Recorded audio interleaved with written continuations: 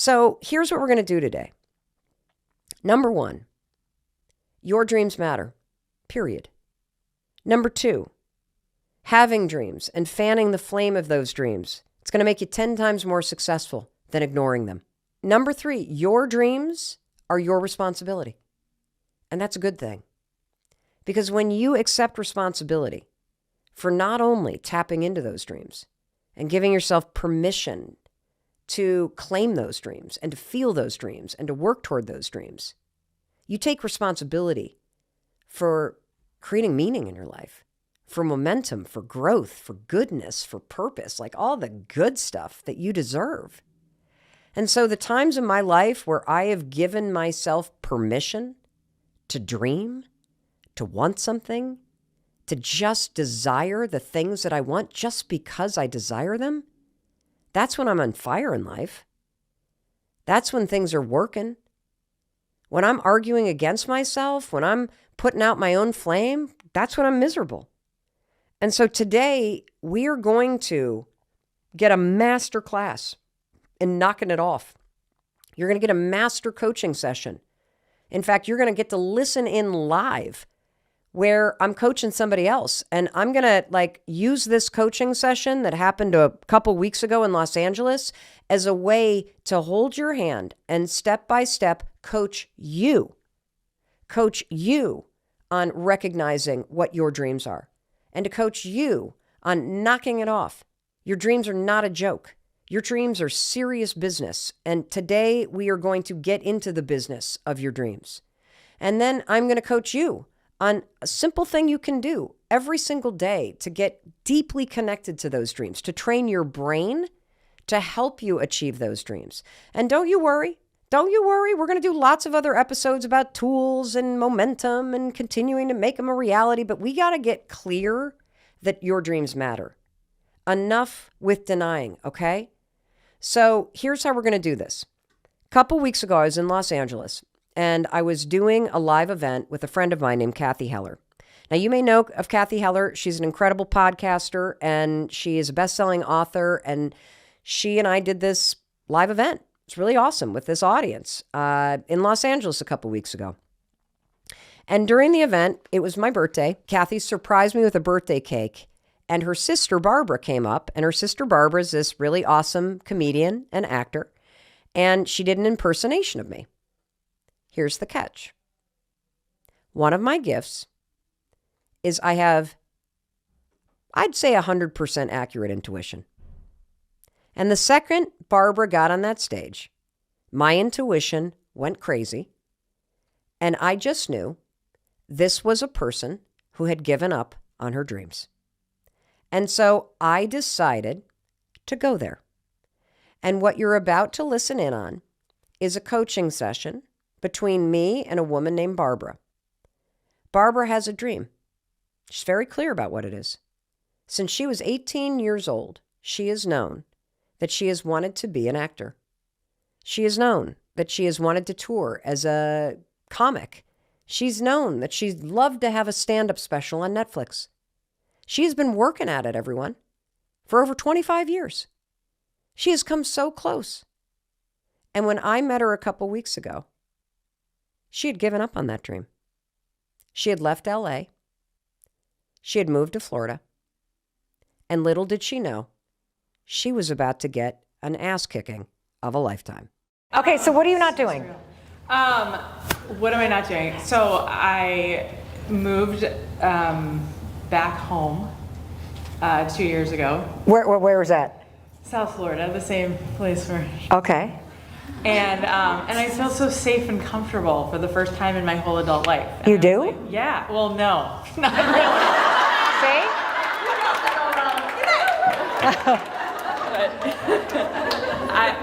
I've been an actor since I'm like 18 years old. And it's been effing hard. Yeah. So I started coaching people because I was like, I'm talking about Robbins right now. I love that part too. And I started a podcast. I mean, I started directing and editing documentaries, and I love it. What's wrong? I still want to act, and yeah. I'm 46 years old, so I feel like it's okay to be comfortable and small and. Hold on. It's okay to be comfortable if that's what you want. Yeah. It's not okay to be small, because that's not what you are. All right, I'm going to say that to you. It's okay to be comfortable. It's not okay to be small. Being too small in life, telling yourself that you should be small, that, it's okay, that's the number one issue. Shrinking yourself. You see, for the last couple of years, every single January, I have taught a course about the science of dreaming. And not just dreaming, but dreaming big. And dreaming big as a way to create a whole new chapter in your life, a way to tap into your potential. And more than 200,000 people around the world have taken this Science of Dreaming course with me. And here's the number one thing that I noticed after teaching this course over and over and over again to people around the world. It's that telling yourself that you're small, putting a lid on your own dreams, on your own potential, convincing yourself that meh is okay, that's the biggest problem. If you're somebody who doesn't know what you want, I guarantee you it's because you do things that make you feel small, and then you tell yourself that's okay. And here's the thing that I'm really worried about. I'm worried about the fact that if you continue to do this, if you continue to tell yourself, I don't know what I want, I can never have it, I'm 46, I tried, it's hard, it's not going to work out for me. If you are the one that is against your big dreams in life, that is the reason why you're unhappy. That you are the single biggest, loudest voice for why you can't have what you deserve. That is the source of misery. That is the source of feeling lost. And so we got to stop that right now. Because the fact is, I don't care how long you've worked on your dreams, how long you've avoided your dreams, how long you've been scared of your dreams, how long you've downplayed your dreams. Those dreams are still very much alive inside of you. You're not supposed to be small. You're not supposed to be arguing against your dreams. Let other people do that. You're the one who's supposed to have the biggest and the loudest and the brightest voice when it comes to the matter of your dreams. It reminds me of this quote that I just love. Let your light shine so bright that other people can find their way out of darkness. If you're not supposed to be small, what are you supposed to be? You are supposed to be this big, beautiful flame. That flame that is burning so bright inside of you as you're marching toward the things that really call to you. That's your self-expression. That's your happiness. That's your creativity. That is a human being that is alive. And for those of you that look at me and that you're like, oh my God, Mel, you're just so inspiring. You keep reinventing yourself. Every time I reinvent myself, do you know how I do it? It's because I start to realize I'm feeling small. I start to realize that I'm feeling a little lost, that I'm feeling the energy drain, that I'm not feeling like a flame burning bright, that I'm full of excuses. And I do this exercise that I'm going to share with you right now to get me back in touch with that dream that you can never run away from. Because what are you learning from me? Your dreams are meant for you. And they are either going to be something that you pursue that helps you become brighter and more emboldened and more of yourself, or they're something that's going to haunt you. I can give you example after example after example of this. I'll give you an example in my own life. So in 2007, so we're talking 15 years ago, I got a part-time job on Saturday mornings hosting a local call-in radio show in Boston, Massachusetts. I absolutely loved that radio show. Loved it. And from the moment I hosted the first call-in show, I knew this is exactly what I want to do in life. And the truth is, I even knew it before. And the reason why I knew it before is because I had been a humongous fan of Howard Stern. I mean, I listened to Howard Stern way back in the day when he was like shock jock material before he went through psychotherapy and became really amazing at interviewing people. Like back in the really disgusting days, I was a Howard Stern junkie. And there was something about the energy of listening to Howard and everybody on the show that I just felt drawn to it. I could not stop thinking what an amazing thing it would be to be able to do that with your life. And so here I get years later to be on the mic. I'm hosting this show. I absolutely love this show. That show ends up growing into a weekday show. I end up winning an award. Next thing you know, CNN is calling. And I find myself then in 2011 leaving radio and going onto television as a legal analyst for CNN. But here's the thing. Radio never left me. Every time Howard Stern would pop up on my dial, I would feel the pull. As podcasting started to happen and become a thing in 2011, 2012, and I started seeing more and more podcasts pop up, I started to feel the pull. What is that pull? It feels like jealousy. It feels like longing. It feels like desire. It feels like sometimes it can feel like inferiority, that you get close to your dream and you want it so badly that you literally put up all kinds of reasons to protect yourself from your dreams. So maybe it's the people you're really insecure around. That's my daughter. She has a dream of being a singer-songwriter, of doing stadium tours. Just the other day, I saw that Taylor Swift had just done something that nobody's ever done. She's got all 10 songs on the Billboard 100 top 10. Freaking unbelievable. And I texted it to my daughter. And you know what she texted back? Please don't send this stuff to me, because I'll never be able to do that. You know what that is? That's somebody who is deeply in touch with their dreams, but they're terrified of them. And so we're going to talk about that. But what I want to explain to you is there is something inside of you, and you know it. There is something meant for you. And you are either so afraid of it that you push it away, or you long for it, like I did.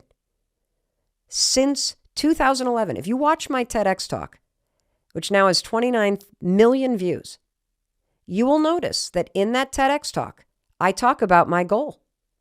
Back in 2011 on that stage, I said, my goal is to be the #1 radio host in the world. So here we are, 11 years later, and we're launching the podcast. And it's taken me 11 years to get closer than ever to the thing. For these past 11 years, have I stopped thinking about the dream? Nope. Have I noticed other people that are pursuing my dream? Yep. Have I felt jealous? Have I felt insecure? Yes, I have. All of those, just like you do. That is evidence that your dream is alive. And what I'm here to tell you is today is the day we're going to stop arguing against your dream and we're going to turn toward it and we're going to start fanning it. So I promised you an exercise, because step 1 is you have to get honest with yourself and claim what you want. That's step 1. And so I'm going to tell you that, and I want you to think about your dream. I want you to think about what's calling you. I want you to think about the thing that would be so magical if you could make it happen, but you've been arguing against yourself. And I want you to allow yourself to claim it. And as you sit there and think about the dream in your own life, let's go back to Los Angeles. Let's go back to that stage. And let's check in with Barbara, because I'm going to ask her to start getting honest. And what I want you to pay attention to is I want you to pay attention to how much she starts to joke and make excuses and dismiss how serious I am about dreams. Maybe you needed to move to South Florida to actually feel and understand in your soul who you are and what you want. It's a scary thing to admit what you want. Yeah. Because it's true. It might not happen. Right. Yeah. And it's not, I've come so close to it happening so many times, and it hurts so much. It's all so scary. There's part of me that's like, no, don't do that. But why is it scary?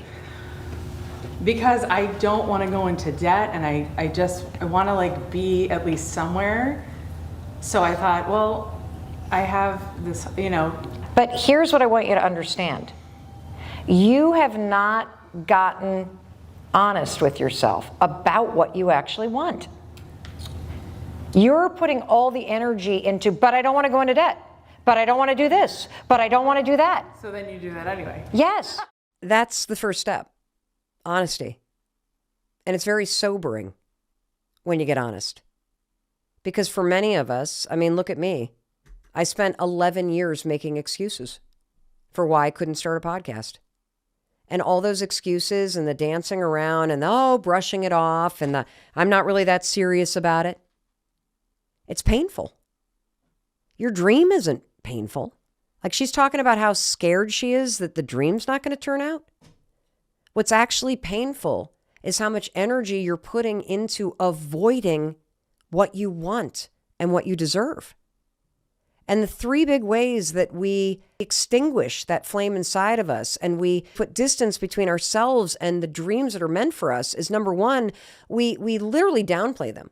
Anytime you make a joke about your dream, anytime you're like, I'm not that serious about it, you are putting distance between you and your dream. You're taking a bucket of water and you're trying to extinguish the flame inside you. Anytime you make excuses, I don't have the money, I can't do it, I don't have the time, blah, blah, blah, blah, blah, blah, blah. Same thing.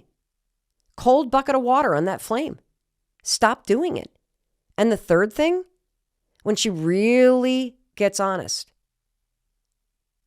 when you have that moment of reckoning with yourself and you can claim what you want, it's terrifying. It really is, because you allow yourself to feel desire. You allow yourself for just a second to feel possibility. Just imagine how incredible it would be to do a stadium tour and sing your own songs. And when you allow yourself to entertain the fact that that's the dream that's meant for you, you allow yourself to stand close to that flame. You allow it to burn a little brighter. And then we get scared. What if it doesn't happen? And you convince yourself that your dream is scary. And your dream isn't scary at all. Your excuses and your fear of it and your joking is what's scary. And so how do you keep this dream alive? And this is a really important exercise, particularly for those of you who say, I don't know what I want, Mel. I don't know what my dream is. I have a very simple exercise that I have taught to hundreds of thousands of people. It's backed by science. And this is an exercise that is going to help you get back in touch with dreaming. See, I think part of the problem is that we've all gotten into this mode where we don't want to get our expectations up. So we put a lid on our own desires. We don't allow ourselves to want what we want. We don't allow ourselves to be in touch with the things that we really long for. And it's the fact that you won't even give yourself permission to dream. That's also making you feel unworthy. And so how are we going to tap back into this dream inside you? How are we going to get your desires flowing freely? How are we going to get you to start to believe that you're worthy of the things that you long for? I'll tell you how. It's very simple. Every single morning, you are going to make a cup of coffee or tea, and as part of your morning routine, you are simply going to write down 5 dreams a day. That's it. 5 dreams a day. You are going to make it a habit to claim what you want, if only by writing it on a piece of paper. And having taught this to hundreds of thousands of people, I already know what your questions are going to be. Are they the same things I write down? Are they big things? Are they little things? Are they things that can happen? What are they, Mel? Here's how you're going to do this. Do not overthink it. Sit down. You have a blank piece of paper. And just write down 5 things you want. It could be, I want that new Gucci handbag. And you might not be able to pay for groceries right now. It might be, I want my puppy to stop pooping on the living room rug. It might be, I want to be the #1 podcast host in the world. It might be, I want to do a stadium tour. I want to write a song that helps heal the world. I want to have a wonderful relationship with my mom, who I currently hate. Your dreams are yours. Do not judge them. Do not shrink them. This exercise is about clearing out the blockage and the gunk that has blocked the highway between your heart and your soul and what you will give yourself permission to want and desire in your life.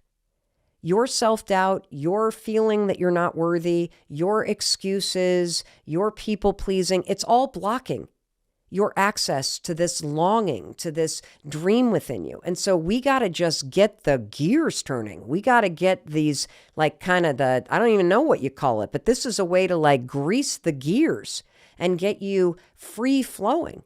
Why shouldn't you do a stadium tour? Why shouldn't you have that new Gucci handbag if that's what you want? You can certainly do the work to get it.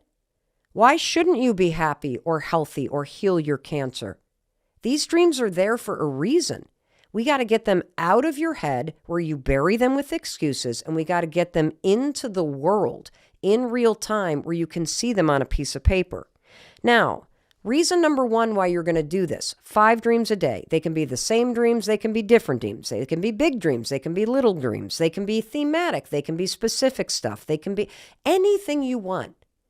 We just need to get your dreams and your desires flowing freely without you putting the lid on, invalidating, or arguing against them. So there's a second reason why this exercise is so effective.